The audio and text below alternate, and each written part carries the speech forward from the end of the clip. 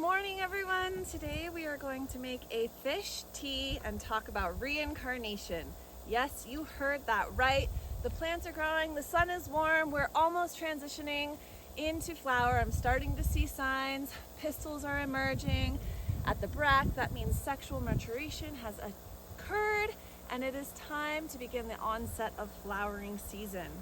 Now, during this stretch, we're going to want to ensure that we have enough nitrogen. Now, nitrogen and fish go hand in hand, and so does reincarnation. So we're going to start out with a little bit of silica. I'm going to just get this dissolving in some water to start out. Silica strengthens your cell walls. It's great for pest prevention. I don't really add too much of it in my in-ground plants because there is so much silica in the Earth's crust. Now, silica is one of those minerals that needs to be added first because it can tie up with other things. So I'm going to get it dissolving into this little container initially. I wonder where here's my spoon. And just let it dissolve while we get the other ingredients in this 5-gallon bucket. Then I'll add the silica to my reservoir first, and then everything else after the silica has been added. So for our fish, we're going to use a 2-year aged FAA, Fish Amino Acids. Now I made this with Chris Trump. I should say he made it and I watched him. He came to my house a couple summers ago and we did a KNF class on IPMO and fish amino acids. You can find that on my website. I'll tag the class. Fish amino acids is essentially a KNF preparation that includes fish, OHN or KNF nutrient, which is like the OHN and seawater. There's a bunch of brown sugar in here. It includes an IMO4, which is a lengthy KNF process that starts at the IMO1 and goes through several phases. This needs to be aged at least 1 year. It is almost 2 years old, so it is great. And this is where we're going to get into some reincarnation. So I've been on a spiritual journey as of late. I was raised in the LDS church, Secret Lives of Mormon Wives right here, and I had a lot of religious trauma. And so I shied away from religion because I felt like it was just a way to control people without true knowledge being given or the tools to be given to figure it out, just being told what this means.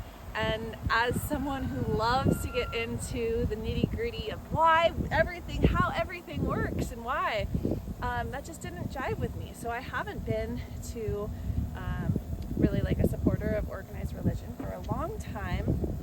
But as I have a child, I have been trying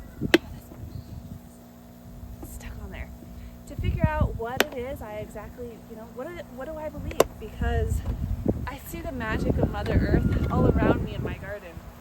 And I do feel strongly about the connection of all of us, this collective consciousness. And in today's time, with so much division and hatred and anger and things going on, I want to find some common thread of humanity that transcends all of this and connects us. And so in school for environmental science, I was introduced to the Gaia Theory. And while the Gaia Theory is great because it's essentially Mother Earth, we're all connected, I can see that in the garden, right? And that's where the fish is.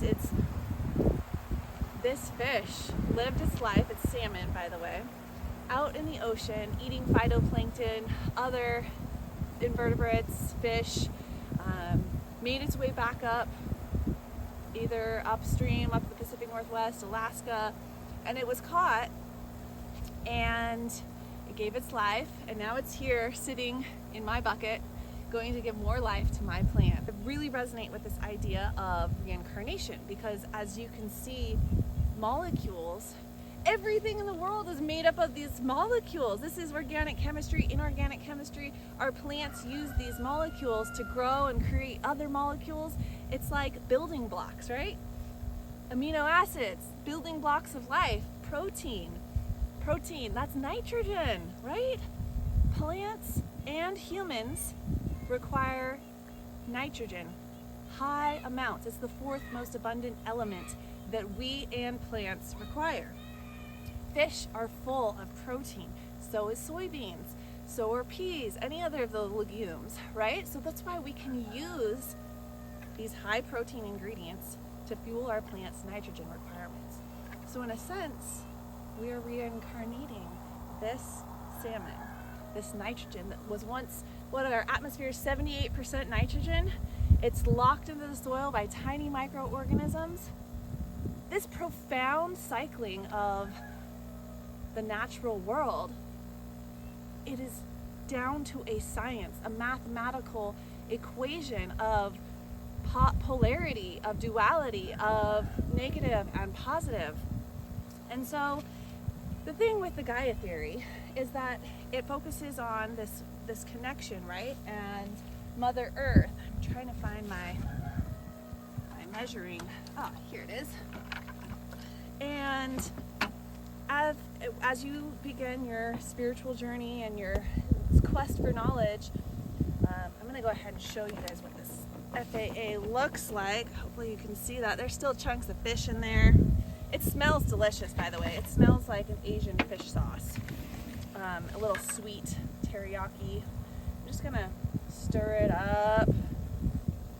And we're going to go, it's 1 to 1,000. So we're going to go 250 milliliters for this 50-gallon drum.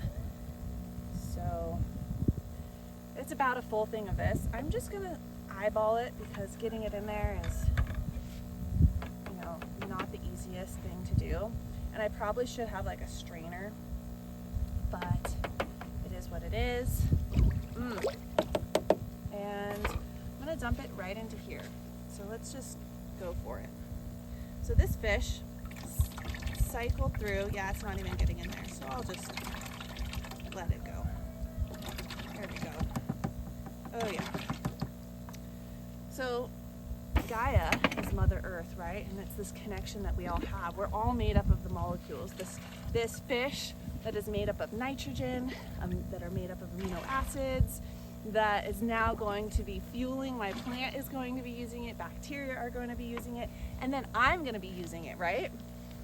Well, I love that. But as I've learned the laws, the hermetic laws, as above, so below, everything in nature replicates on a small scale to a large scale. So what we see when we study the soil food web and our plants, we can see in ourselves, in our microbiome, and then we can also see that on a grander scale in the cosmos, correct? Well, there is a father and mother in almost all life. I would say that there is asexual procreation, but there is a positive and a negative. There is always a duality. And so, while for so long I did not want to believe that there was this white man in the sky, that God, I didn't want to say I believe in God because of that religious trauma. I have learned they have taken God away from me, the ability to say God, the universe, whatever it is, whatever you want to call it. I am now resonating with God, but is there not a heavenly father and an earthly mother? Is there not a negative and a positive? Is there not a duality to create all of this around us? And in fact, a reincarnation of life that cycles and grows with each time we go through this life, because as above, so below. You start out as a small child with very little knowledge, and you grow and you acquire knowledge. The same thing is happening to civilization. The same thing happens to consciousness on a macro level to a micro level. The big guy in the sky to the microbes that are down below, controlling and manipulating and doing exactly what they do. But why not show appreciation for all of it? Because what you think, you speak, becomes the reality around you. So I am speaking to my plants every day, telling them, thank you, I appreciate you. God, Mother Earth, Heavenly Father, thank you for this fish, for its ability to reincarnate throughout my life, for me to enjoy it, to eat it, to feed it to my plants, to then be able to enjoy it in the abundance of my garden. And so I think that we are all children of the sun, and we can take lessons from our garden. There's a little earwag. Let's hope he reincarnates into something better. I joke, but this is a new chapter of my life that I'm really excited and I hope to share with you a little bit more, because I think that in this time we could all use a little bit more connection, and there is no better lesson than our garden, because God is in the garden, God is everywhere. God is within me and God is within you. And my little son who's coming over here. So we've got our FAA in here. We've got our kelp in here, and now we're putting the secret ingredient to my garden in there as well. Now, this is the magic sauce. This is the catalyst, you may call it, of the nutrient cycling for my garden in this type of gardening. So this is malted barley flour. Malted barley flour is a sprouted seed tea, essentially. What you do is you just buy the barley grains from the brew shop, or if they're not malted, that means they haven't been germinated yet, but take it from me, sprouting your own seeds for SST, a sprouted seed tea, can be a lot of work. This is super easy. Buy the grains. I've got a flour mill. I mill it into a fine flour like this, and I put it into my ImmuniTea. So if you haven't tried ImmuniTea yet, you can buy it from my website, hit the product link, or from Happy Plant Organics. So if you don't want to use PayPal, you know, all of the things we have to go through in this industry. Anyway, I'm gonna go ahead and dump some of this in here.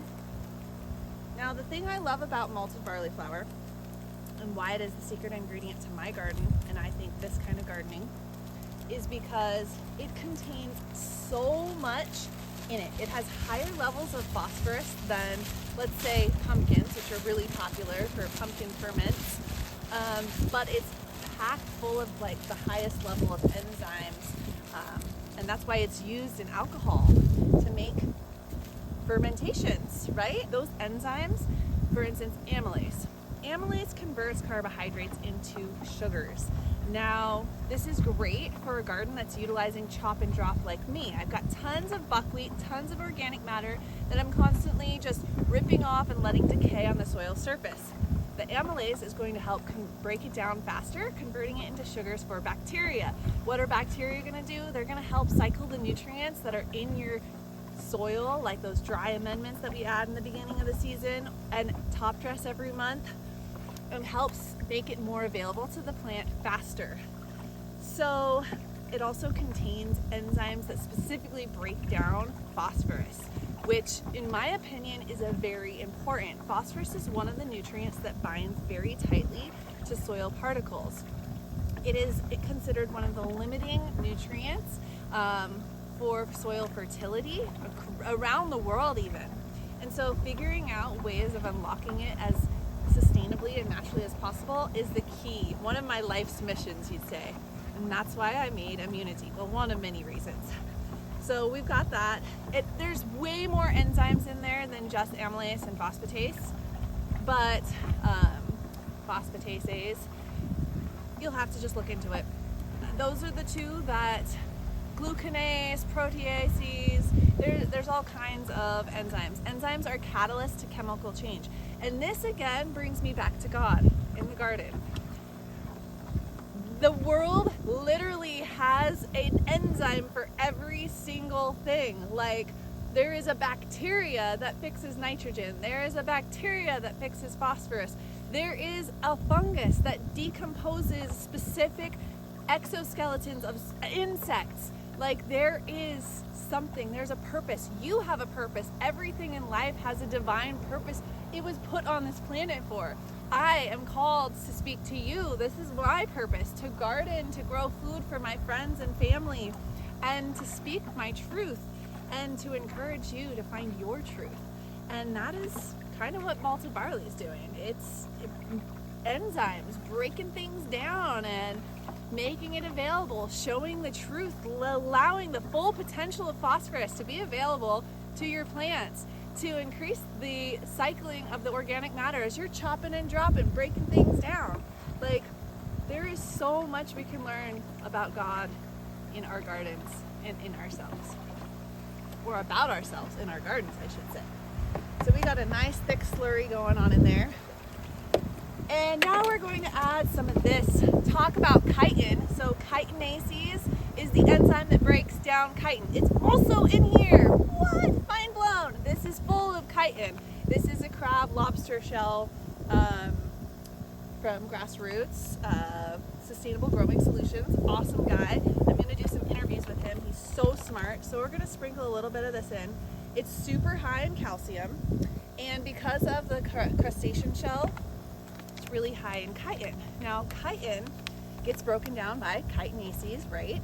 And because exoskeletons of insects are also made of chitin, so are cell walls of fungus, it actually stimulates an immuno response by your plants. That's why I use insect frass in ImmuniTea, because it triggers your plant into thinking that there is a pest, there is an insect. What happens when your plant thinks there's an insect? It starts to create jasmonic acid, a plant hormone that communicates with salicylic acid, another plant hormone, to create immune response by making more volatile organic compounds like terpenes, flavonoids, all of these things, so we can increase the flavor, we can increase the pest resistance naturally by adding insect frass. Now, you can also increase salicylic acid by simply adding salicylic acid, which is found in aloe. Aloe is great for treating wounds. Again, that immune response from the aloe is going to stimulate more salicylic acid. There's salicylic acid in here. Think about, we use it in our face treatments for acne, for wounds. It's a good thing to add to your plant. All of this God has given us. This is all plant-based or life-based ingredients that we're just cycling through, reincarnating into our garden to be used further. All right, aloe in. Last thing we're gonna add is yucca. Yucca, also plant-based, or yucca, however you want to say it. Add a little bit of yucca in there. Really high in saponins. It's a surfactant, so it reduces the surface tension of water and allows water to be wetter and penetrate more deeply throughout the soil matrix. And it contains indole acetic acid, which is a plant hormone in the auxin family that stimulates plant growth, cell elongation, cell division. So we're gonna just, yes, this is great. My silica has broken down, so we're adding the silica. Got the silica in there. We've got a bubbler going. And now this needs to be mixed up a little bit more. That yucca, oh, it smells so good. I love fish in the morning.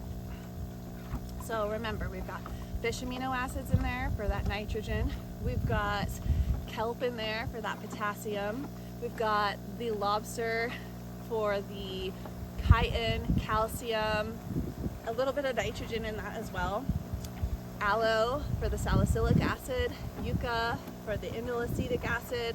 All of these are plant hormones. We're stimulating a plant's immune response. If you don't want to make this yourself, grab a bag of my ImmuniTea. It has all of these things in there, except the lobster shell. I've used insect frass for that because it is more affordable, sustainable.